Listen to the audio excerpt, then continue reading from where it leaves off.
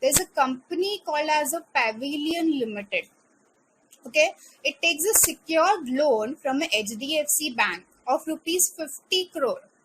Okay, on 1st of January 2015, and the term of that loan is for 5 years. Okay, it's a secured loan. See, 50 crore is a huge amount, right? So HDFC bank will not give the loan or huge money like that only. It requires some security, correct? No. So in return, what does company mortgage its factory building, which is worth rupees 50 crore. Okay, because 50 crore is a loan, so security which is provided, it should be worth of that much amount only, which should cover the loan amount. So in case a Pavilion Limited is not able to repay the loan, the bank can take possession of that factory building. Very clear with this? Understood? Okay, so now loan was to be repaid on 31st of December 2020. But what happened on the due date, as we discussed, the company could not pay, or company could not repay the loan. So what can bank do in this case? Now can bank directly take hold of that factory? No, he cannot take hold of that factory. It is a duty of a court. Okay, creditor cannot do that. So what bank did, they appointed a liquidator. Have you heard of the word liquidator, guys? You understand what is a liquidator?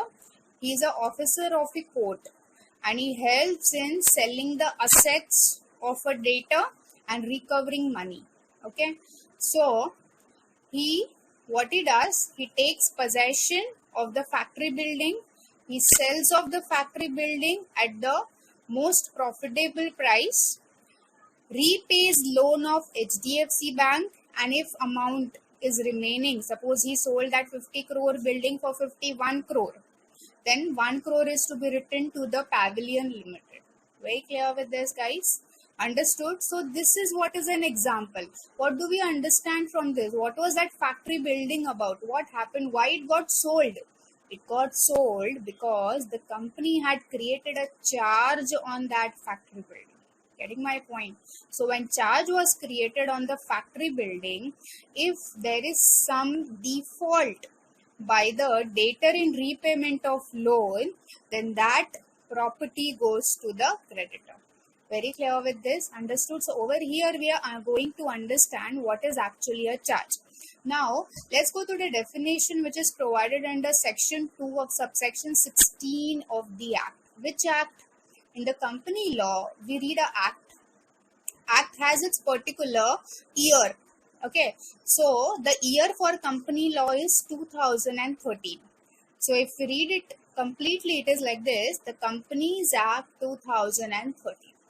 Very clear with this? So under Companies Act 2013, there are almost 470 sections. Okay, divided into number of rules. Okay, so all these things we have to learn.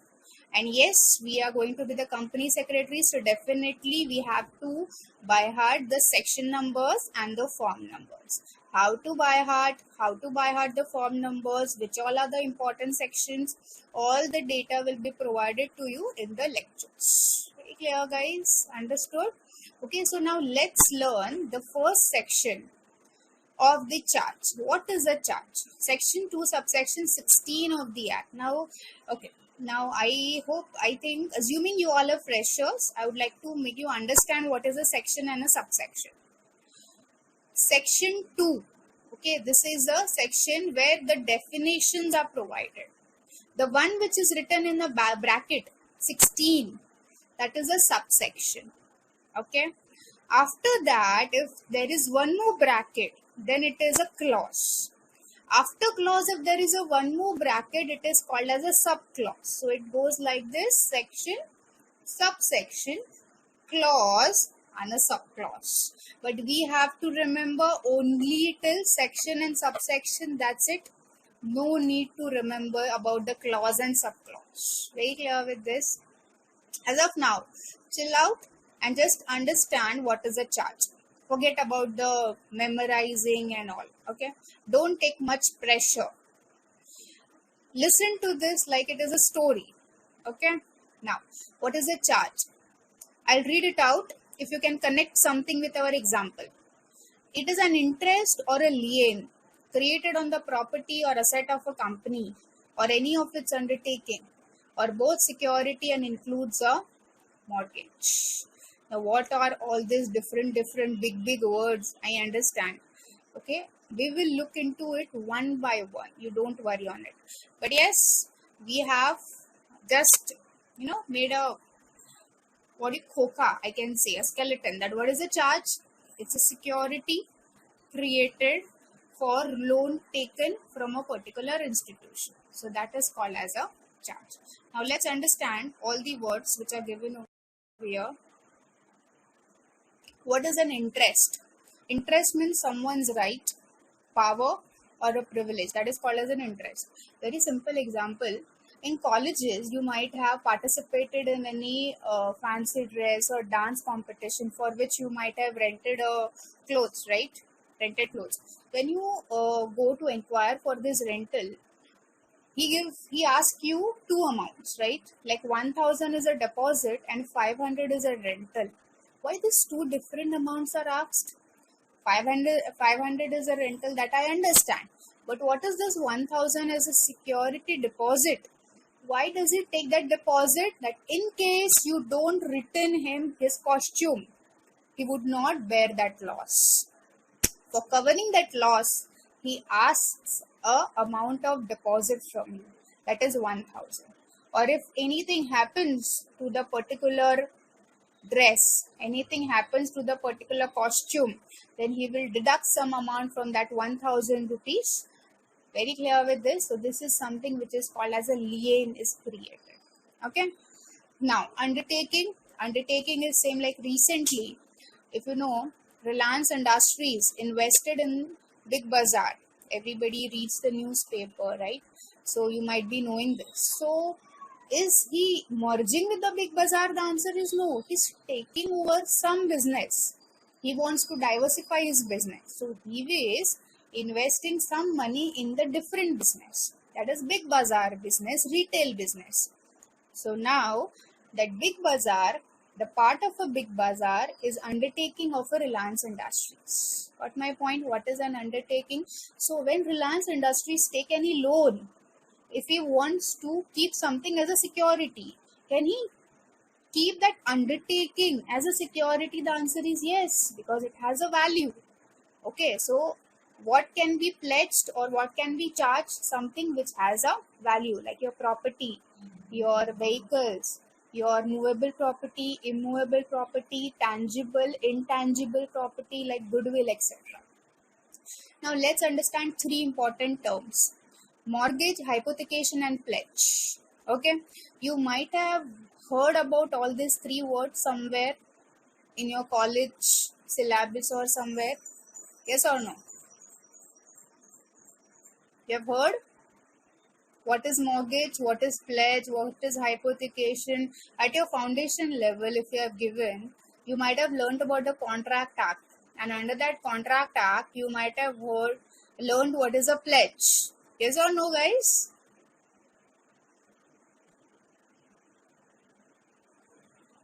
Okay, fine. No worries. We'll proceed. Let's see distinction between the three. Let's start with a very simple one, pledge. Okay, what is a pledge? Pledge means creating a charge on the movable property. Like if I go to the bank and I want loan of 1 lakh rupees, okay, bank will ask something as a security. Okay, I have ornaments worth rupees 1 lakh. I transfer my possession of ornaments to the bank. Very clear with this? Okay. So what I am doing, I am creating charge or I am pledging my instrument for that loan. Whenever I will repay that loan, the banker will give me back my ornaments. Okay. So what we have learned over here, what is a pledge? Okay. Pledge means if we want to take a secured loan, we have to transfer our movable property to the lender. Remember, possession over here remains with the lender. So we have to transfer our possession to the lender in the pledge. Now, second one is hypothecation. Even under hypothecation, we create charge on the movable property only. But the difference between hypothecation and pledge is that we don't transfer the possession of our goods to the lender. It always remains with the borrower. So this is the difference between hypothecation and a pledge. Very clear with this? Now third one, mortgage. Mortgage is totally different. We do mortgage or we create charge on the immovable property. Now what is an immovable property? Which cannot move from one place to another, which cannot be moved from one place to another without changing its property. Like land and building, plant and machinery, which are affixed to the ground, are called as an immovable property, right? So if we want a huge loan, like in our example over here, if you can see in the Pavilion Limited, they pledged the factory building. So factory building is also immovable property. So we can say Pavilion Limited mortgaged its factory building to the creditor. Clear with this? Understood? So remember three terms: mortgage, hypothecation and pledge. In mortgage, we create charge on the immovable property. Possession remains with the borrower only. No need to disturb the possession unless and until there is a default on the side of a borrower. Clear? Hypothecation is creating charge on the movable property where possession remains with the borrower. And pledge is creating charge on the movable property where possession remains with the lender. So this is the difference between the three terms. Never forget this. Okay. Now, so we have overall understood what is creation of charge, what is a charge, what are the terms under the charge like mortgage, hypothecation and pledge through which charge can be created. Let's understand what are the essentials of the charge. Under the charge, minimum two parties are required. One is creator of charge and another one is a charge holder. Now, who will create a charge? The debtor will create a charge or a creditor will create a charge? Who will create a charge? Logically speaking, can anybody answer this? Yes, Ruvika? Vishwanathan? Or Vishwanathan? Can anybody answer this one? Who will create a charge? That's fine. If it is wrong, it's fine. Either debtor will create a charge or a creditor will create a charge. Who will create a charge? Who will transfer their property to someone else? Logically, whoever transfers the property creates a charge, right? So basically, who will create a charge? It's very simple. Yes, somebody was answering. Okay, fine. Very good. It's a debtor. It's a debtor who will create a charge. Very good. Thank you so much for replying. I've understood that at least something has been something is there. Okay, fine.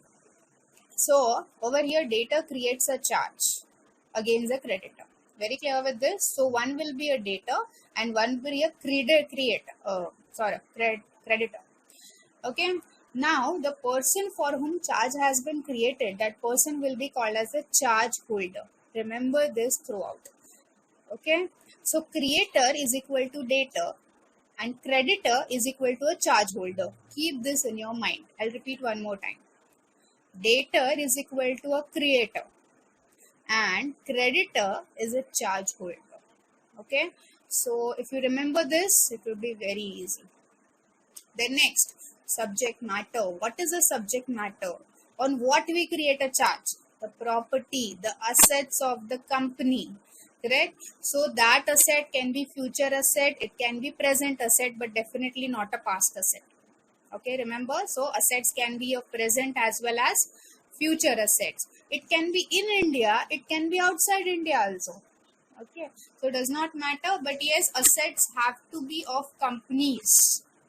Very clear with this? So subject matter over here is a asset. Third one, intention is very, very important. It should be an intention of a debtor to give its property to the creditor in case of a default. If there is this intention, only then it will be deemed that charge will be created. Now, how do you know about the intention of a person? Nobody can read anybody's mind, right? So we do writing. If you have heard about an instrument means not a guitar or something like that. Instrument of a will, instrument of agreement of a contract, agreement, instruments. All these things are called as a written agreements. Very clear with this? So intention of borrower should be seen in the agreement, and it will be signed by both the parties, which will be called as instrument of a charge. Very clear with this? I hope you have understood what are the essentials of the charge. Yeah, great. Now there are two kinds of charge. Basically, one is fixed charge, another one is floating charge. Let's understand what is a fixed charge first. Fixed charge means charge is created on the fixed assets of the company. Now, what can you tell as a fixed assets? Land and building, plant and machinery, which do not change. They remain as it is, right? Understood? So that is called as a fixed asset or a specific asset. Like charge is created on a factory building A, charge is created on a factory building 2, charge is created on the BMW, charge is created on the Ferrari. So this is a specific object on which charge is created, which we can identify. So that is called as a fixed charge. Understood? Now, floating charge. What is a floating charge? It floats. Float means it does not float on the water.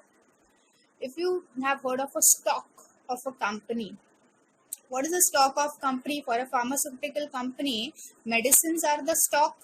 Everybody agrees with me? Yes, no? For pharmaceutical company, medicine is a stock. So, if they want to create a charge, if they don't have a fixed asset like land and building, plant and machinery, cars, etc., etc., so they will create charge on the current stock of the company. Like they have 50 crore stock, and always they keep 50 crore stock. So they will create charge on that stock.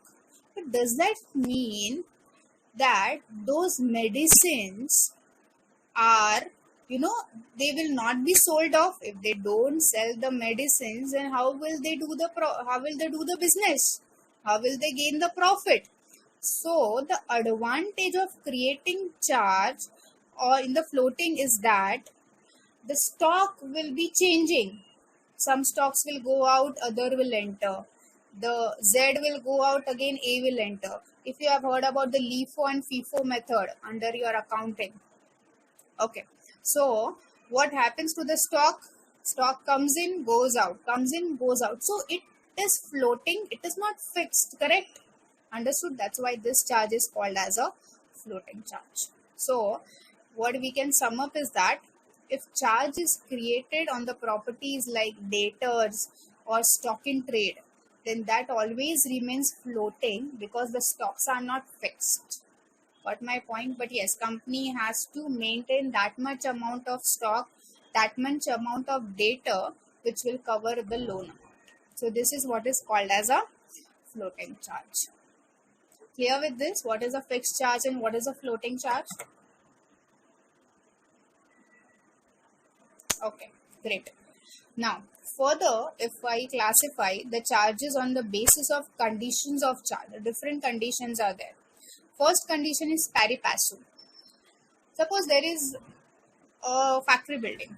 Factory building is worth rupees 100 crores. Okay. Earlier my example it was 50 crores, but now we'll assume factory building is for 100 crores. Company is in need of money. They went to the bank and they asked for a loan of 50 crores. Bank gave the loan, and against which they pledged their factory building for 50 crores. Correct? Again in future, when the earlier charge was existing, they required the money. They were requirement of funds. Again they went to the bank and asked for another loan of 50 crore rupees.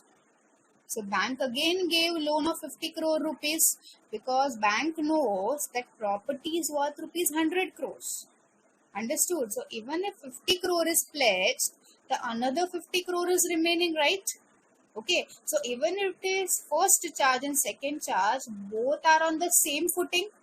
One is not dependent on one another, right? Because the entire amount of the property is 100 crore, which is covered by both the charges. Understood? This is called as a pari passu charge. Means both the charges are on equal footing. Very clear with this? This is a pari passu. Next type is exclusive charge. We'll again repeat the same example of 50 crore rupees. That particular banker, when company goes for a loan, that particular banker adds a covenant, a stipulation in their agreement that company will not create further charge on this property. I'll repeat. Company will not create further charge on this property. This property exclusively belongs to this bank. Understood? So what they have done, they have restricted the company to create the further charge on that. In these circumstances, company cannot create a further charge. Hence, it is called as an exclusive charge. Very clear? Understood? Okay. Now the next one, further charge. Further charge is little different. Again, we'll go to the first example, where company had been to the bank for 50 crore of loan, and assuming now our factory building is worth rupees 50 crore only. Understood? So company took a loan from HDFC Bank for 50 crore and charge was created on the factory building, which is worth rupees 50 crore. Now first charge is created. Now after some time, company again went to the HDFC Bank and asked for a loan of 10 crore. And company has only one property, that is factory building. So company creates a further charge on it of 10 crores. Understood? So if they go to the same bank only, then it depends on the bank to create further charge on note. But if they go to the another bank, like if they go to the ICICI Bank, first they have to take permission from the first charge holder, that is the HDFC Bank, that whether you give us a permission to create further charge on the same property, because the first right is that of a first charge holder. And always whenever banks are giving loan or any other entity is providing loan, they have to check whether any charge is created or not. Because if first charge is already created, then the first right is that of a first charge holder and second right is that of a second charge holder in case of a further charge. Because pari passu and exclusive charge, there is no question of first charge and second charge in that. I hope you have understood what are the kinds of charges. What is fixed charge? What is floating charge? Okay, great.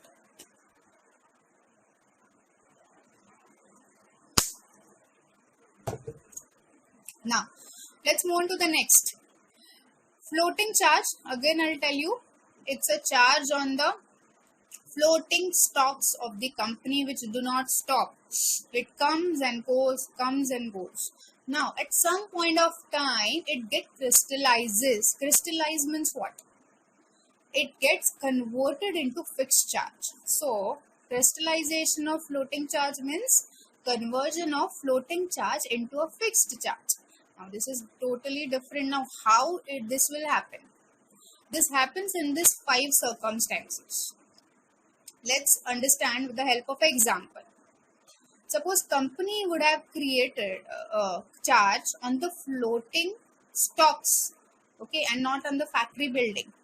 And in case the company defaulted in repayment of a loan, the day they defaulted, the stocks of the company on that day gets freezed.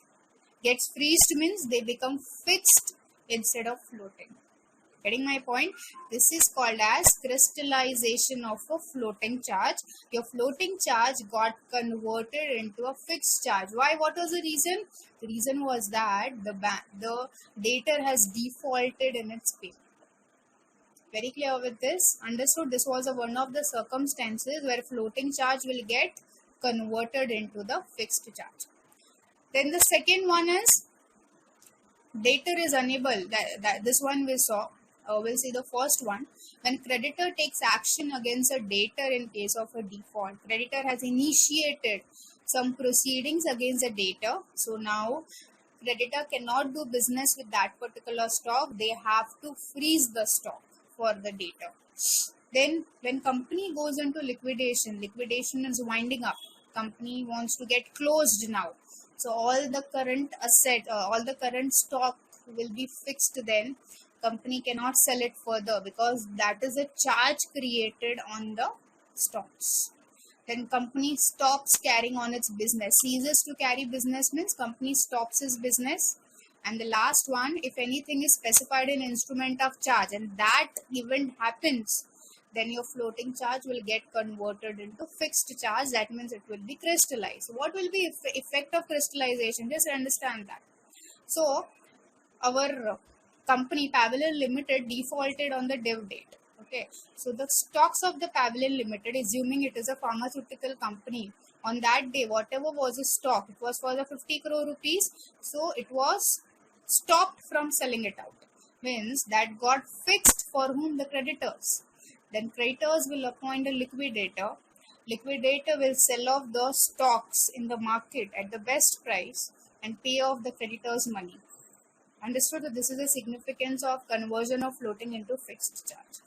Remember, on this particular section, case laws is asked. Okay. Now, I would like to take you to that case study first. Okay. So now we have to give answer whether her analysis is correct or not. I hope you have understood the case study. I will upload a new PPT that you can download. Okay, where the case study is there. Now. So this is a way how we write our case study. Okay, the first point which will come is facts of the case. So we have to brief our question in that. Then facts in issue means what we have to prove. Third one is the applicable law and applicable section. Our applicable law is Companies Act 2013. Our fourth part, I have written over here arguments. In this part, we will write what we want to say. Okay, so we have learned that the floating charge can be converted into fixed charge into 5 ways, right? When there is a default, when creditor takes any step, when company goes into liquidation, when it stops carrying its business or happening of a particular event. Have we ever learned that by passing board meeting in board resolution in board meeting, we can convert floating into fixed? Have we learned that? So, in short, the analysis of Ms. Nirja is not correct. Yes or no? Everybody agrees with me? This question was asked in June 2019 for 5 marks. So this is a way how questions are asked. Totally case studies only. And we take almost 50 to 100 practice of the case studies throughout our sessions. So this way you can understand how to crack a case study. Okay, so you can read this part, and the last one is our analysis. And the assessment of Nirja is not correct. She was not correct because by passing board resolution, we cannot convert the floating into fixed. Okay guys, clear? Understood about the case study? Okay. Let's go back now. We discussed that particular section, no?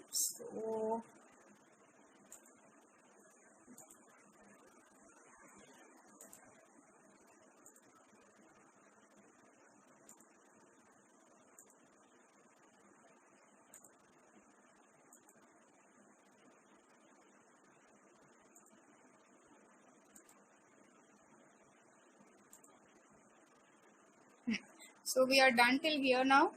Now let's start with the provisions of Companies Act 2013. Till now we were learning basic of what is a charge, types of a charge, how it gets into converted, and we also learned what are the basics like what is mortgage, hypothecation, pledge, what is an undertaking, right? So all these things were very, very important for the charge purpose.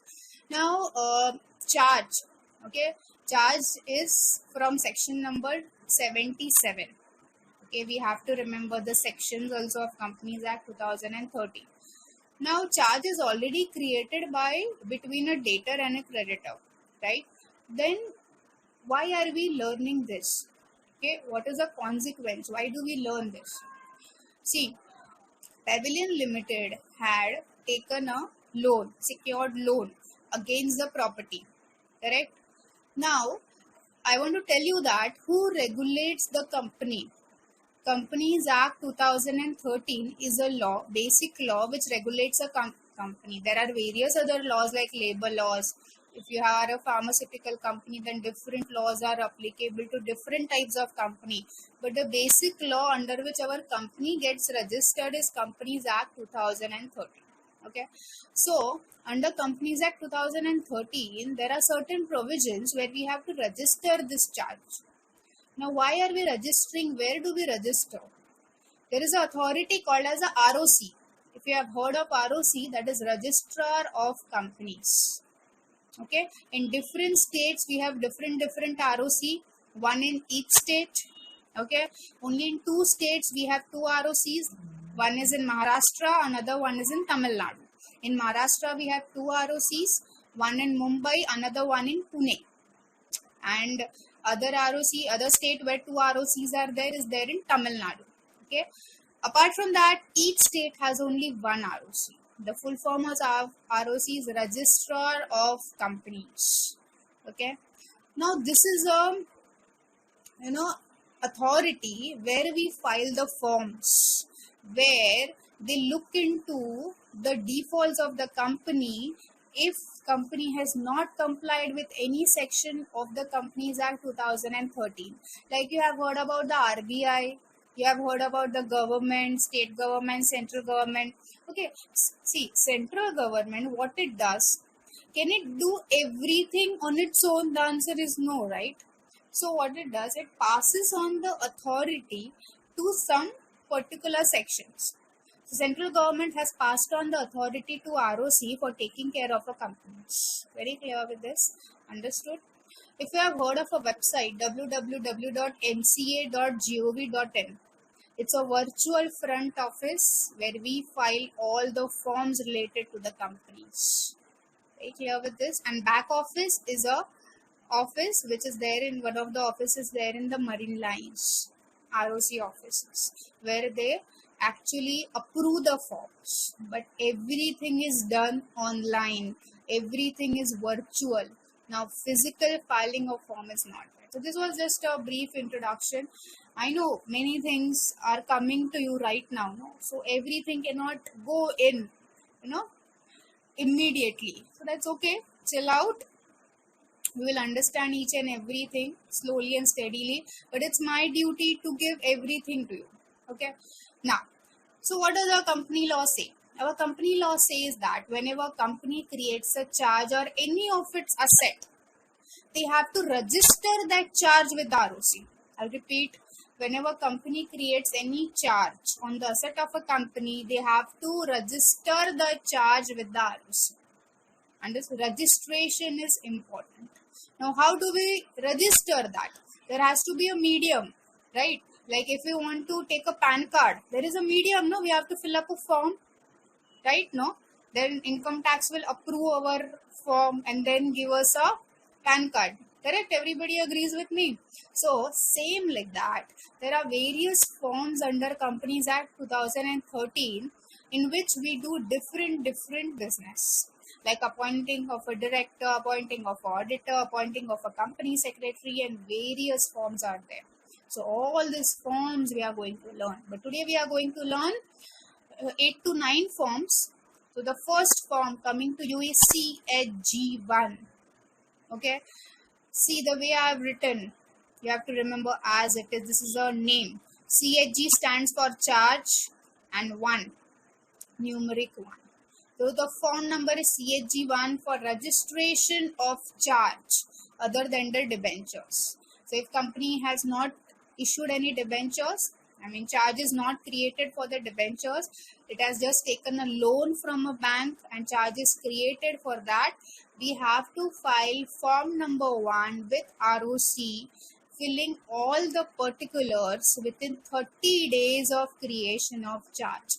So if today I have executed my instrument of charge, so today my charge has been created, today is 11th of October, so from today within next 30 days I have to fill a form called as CHG1, put a DSC, digital signature on that, and then file it with the ROC online.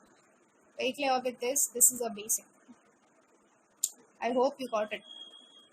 When company has issued a debentures, debenture is also a type of a loan, not taken from a bank, but individuals who take the debentures of the company. It's a debt security. We'll learn about the debentures later on, but remember, it's a debt security. And if these debentures are secured, company has to create a charge. So charge has been created for issue of debentures, then form for registration of that charge is CHG9. Remember, for debenture CHG9, other than debenture CHG1 to be filed with the ROC within 30 days of creation of a charge. I hope this slide is clear. Okay. Now next, there's a timeline. Every process under Companies Act has its own timeline and it's damn interesting. So timeline for filing a registration, see, it's not required, no, that 30 days are told, then we will do it in the 30 days. No, there are certain inadvertent, circumstances. So company cannot file the forms within a due date, correct? So what will happen? So there are, slide is not visible. Dhruvika, can you support? Can you please confirm whether slide is visible or not? I can see the slide from my side.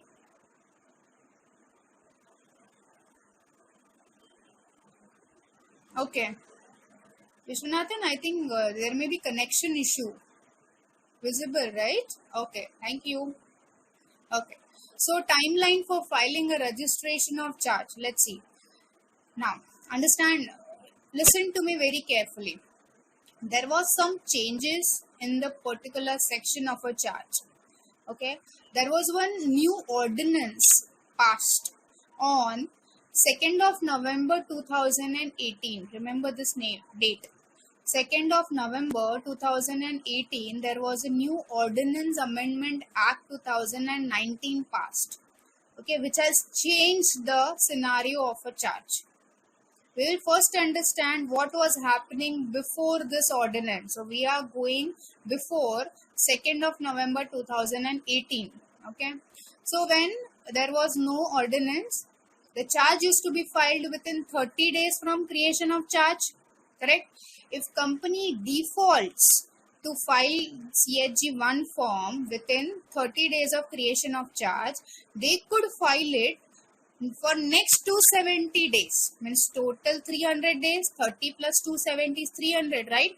So they could file the CHG1 form up to 300 days from creation of a charge with ROC by filing some or paying some additional fees, correct? 30 days normal fees and 270 days with additional fees. Very clear with this?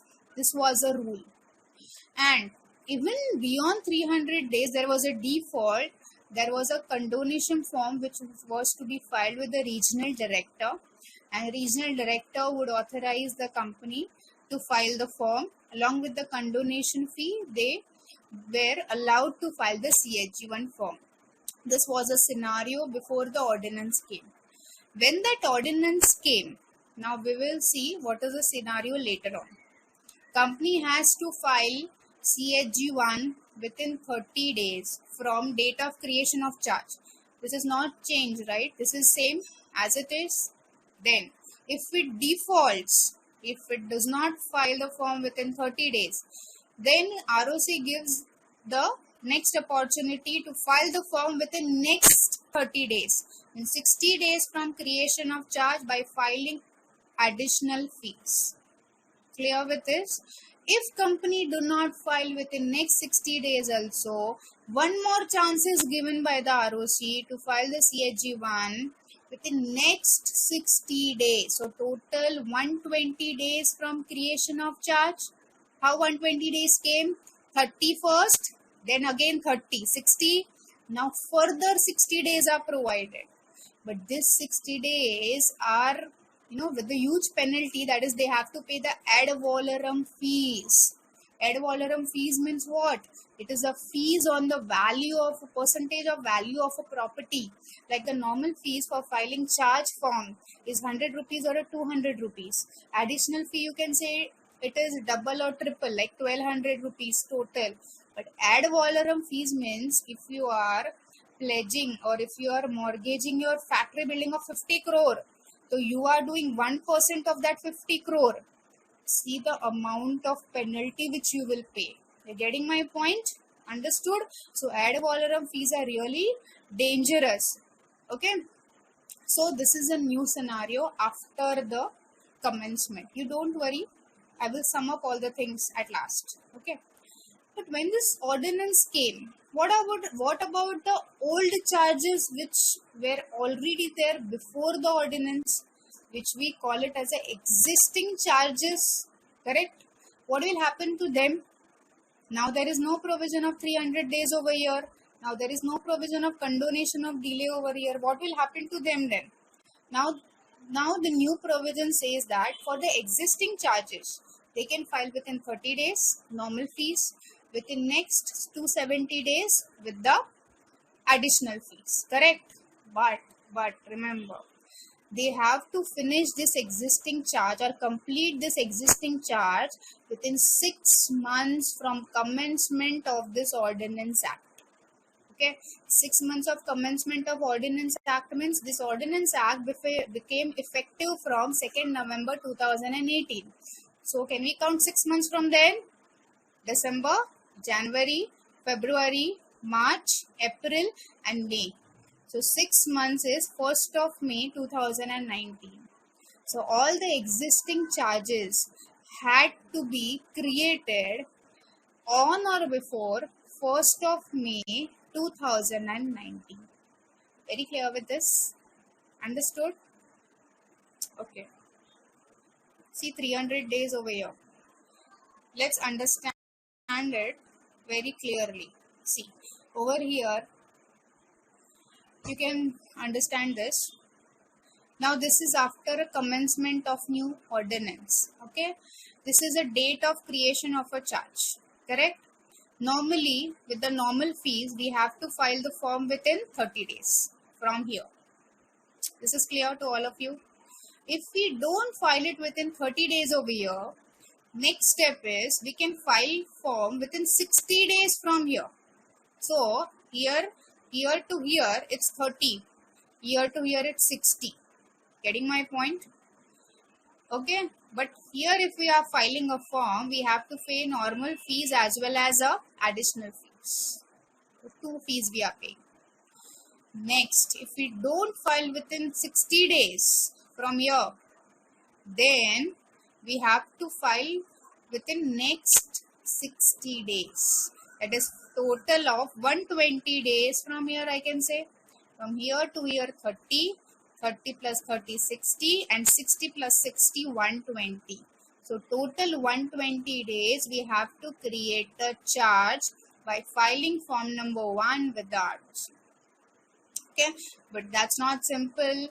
If we are filing further 60 days, we have to pay normal fees, additional fees and ad valorem fees.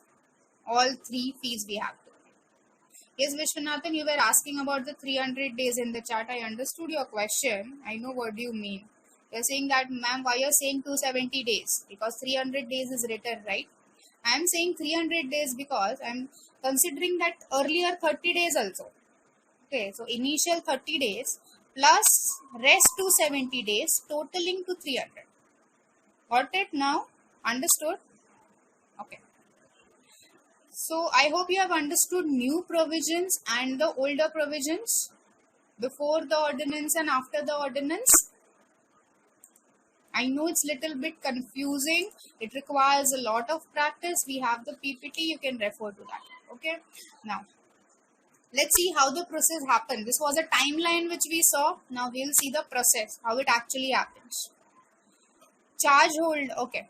Now it is a duty of a company to register a charge. Company will file form number 1 or 9 with the ROC, and ROC will issue a certificate of creation of charge or registration of charge which will be in form number CHG2. CHG1 and 9 is for registration of charge. CHG2 is a certificate provided by ROC. Okay, but sometimes what happens? Company fails to create a charge. Okay, see, it is a duty of a company, I know, but even charge holder has to be very, vigilant. If he sleeps over his right, then sometimes he'll come in trouble. Like if company do not register a charge, the effect of non-registration is that the charge will not be effective. That means a secured loan will be deemed as a unsecured. So over here, loss is that of a charge holder, right? So charge holder always takes care and always see to it that company files a form or not. Let's say, for example, if company does not file the form, so what will charge holder do? Under Companies Act, they have one way. Charge holder can file the form on behalf of a company. Okay, so over here, assuming that company fails to create charge on the property within 30 days, our charge holder knows the Companies Act, he files CHG1 with the ROC. Understood? Timeline is same for everybody. Okay, he files CHG1 with the ROC. Now ROC receives the application. ROC comes to know by seeing the DSC in it that this form is not filed by the company but filed with by the charge holder. So ROC will issue a notice to the company that why form did not come from your side and why did it come from the charge holder side. Actually, it's duty of a company. Then company has to reply within 14 days that why charge should not be registered. If company fails to do that, ROC will register the charge in the name of a charge holder and issue a certificate of registration, that is CHG2. And whatever is the charges which charge holder pays on behalf of a company, it can recover from the company because it was a duty of company to create a charge. Okay. Now, this was I was talking about what are the effects of non-registration of charge. What happens if company does not create a charge? When company goes into liquidation, no, there is a sequence. Okay, in the sequence only liquidator will pay out. Like the number 1 will be your secured creditors, secured charge holders, or secured debenture holders. Then unsecured will come. Then preference shareholders will come, and then the equity shareholders will come. Right? This is how the sequence comes. Yes, how do the company ROC know about the company loan? See, ROC comes about the company loan in the form CHG1. In CHG1, we attach the agreement also. This is how it comes to know. Okay? Understood? Any more question? Yes, Vishwanathan? Okay. So, in case of winding up of a company, if charge is not created, the liquidator will assume that secured charge is an unsecured one. So even if the creditor is a secured one, he has to go on the second position. Understood? So it's a big thing. Okay. So charge has to be created either by a company or a charge holder. Also, if company does not create a charge, the company would be punishable with fine of 1 lakh, which can extend to 10 lakh also. And every officer who is in default will be liable for penalty of 1 lakh and also imprisonment, which can extend up to 6 months. So these are the effects of the non-registration. The very important effect is over here on the charge holder. His secured charge will be termed as a unsecured. That's not correct. Okay. Now next, modification of charge. Okay, so whatever details have been provided to the ROC in form CHG1, suppose if there is any change in that, then what will happen if there is change in the details of the property or etc. There is modification. So if you have told ROC that we have taken loan, we have created charge on this property, we have to intimate about the modification also, right? Yes or no? So definitely we have to intimate this is nothing but a modification. Modification we do in the same form, that is CHG 1 or CHG 9, but ROC issues that certificate of registration in CHG 3. Very clear with this? Remember, CHG 1 is for registration other than debentures. CHG 9 is for registration with debentures. Okay. Then next one, ROC issues us fresh certificate of registration in CHG 2, and for modification it issues certificate in CHG 3. I hope it is clear. Okay. Now suppose everything is done. Our charge is registered. ROC knows about it. It is modified. We received the certificate. Now we will wait for 5 years. Nothing to be done. 5 years, 10 years, whatever. Now on the due date of repayment of a loan, two circumstances may occur. One circumstance is that company is able to pay off the funds. If company is able to pay off, then what will happen? Company will repay the loan and it will relieve its security. But when it relieves its security, in the eyes of ROC, still the charge is created. How will ROC know that loan has been repaid? Understood? So again we have to file a form for that, and that form is for satisfaction of the charge. Understood? Okay. But say for example, company does a default in repayment of loan. How will ROC come to know that there is a default? For this also form has to be filed. So these are the two circumstances which we will see now. First circumstances will go, assuming company has repaid the loan, relieved its property now, charge is not there on the property, but with the ROC we have to register it, right? So we have to file form CHG4. This is a fourth form we are looking into. Okay, CHG4. We are filing with the ROC. Why? To relieve our asset from the charge. Generally we call it as satisfaction of the charge. Very clear with this? Understood? Now how and what is the timeline for that? The timeline to file this form is within 30 days from repayment of loan, that is satisfaction of a charge. Within 30 days if we file the form, then we have to pay only the normal fees. But if we fail to file within 30 days, we can file within next 270 days, that is total 300 days from repayment of loan. That is satisfaction of charge. But for that, we file normal fees as well as additional fees. Up to 300 days, additional fees. Very clear with this? And next, if we fail to file the form within 300 days, then after 300 days, ROC will not allow us to file the form, because ROC will say, you were sleeping for this 300 days. What were you doing? First give us a reply. What were you doing for this 300 days? Now that reply we have to give if we want to file a form. So we have to apply to the regional director. Now who is a regional director? Regional director is a head of ROC. Each there is a eastern area, western area. Okay, so for each area there is a regional head of ROC. We have to file the form with the regional director saying that we want to condone our delay. So we have to file form CHG 8 for condonation of delay. Very clear with this? Then there will be a hearing. We have to explain about each and every day why we had defaulted. Then if regional director is satisfied with our answer, he will allow us to file the form, that is CHG 4. Understood? Clear with this? But we have to pay a heavy penalty for that. Mostly 1 lakh is a condonation fees. Along with the 1 lakh, your normal fees and additional fees will also apply. Very clear with this? Understood? After all these things, after ROC receives our satisfaction of charge, it will issue us a certificate of CHG 5. Okay, that is a certificate of satisfaction of charge. Now in the public view, our asset does not have any charge on it. So this is why we relieve our asset from the charge. I hope you all have understood till here. Okay, now let's see process of satisfaction of a charge. How does it happen? company will file form CHG4 with the ROC for relieving. Will ROC agree? Because I'm a company. I repaid the loan.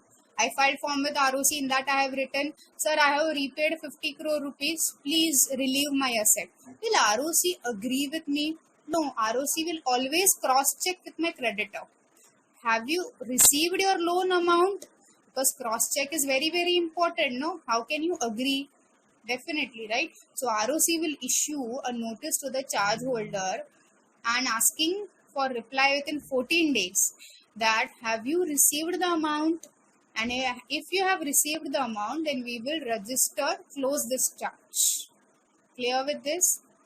So if company replies to it, okay, if your charge holder replies to it, then what will happen?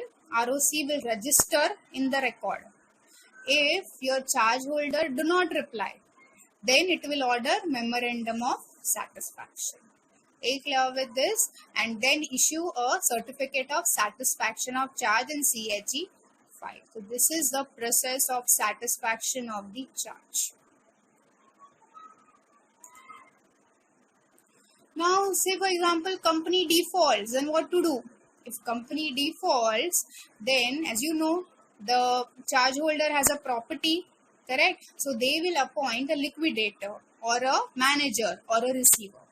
They will appoint, and after that they have to intimate this to the ROC, because ROC should know, no, that liquidator has been appointed because company has defaulted. So charge holder or any other person will file form number CHG6 within 30 days of appointment of a liquidator, saying that there has been default on side of a company.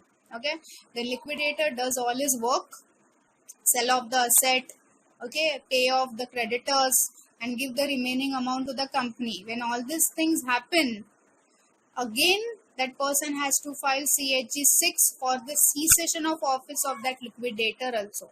That means CHG6 is filed for the 2 times over here. One is for appointment and another one is for the cessation. Okay, so both the times we have to file CHG6. Remember this. And when this form has been received, then ROC will register the particulars to the manager. Very clear with this? Understood? Okay. Now, register of charges.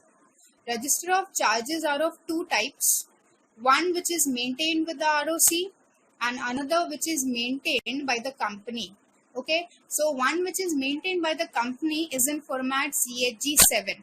Remember this. And it's compulsory for all types of company to maintain this particular register. Okay. And keep it at the registered office of the company. Okay.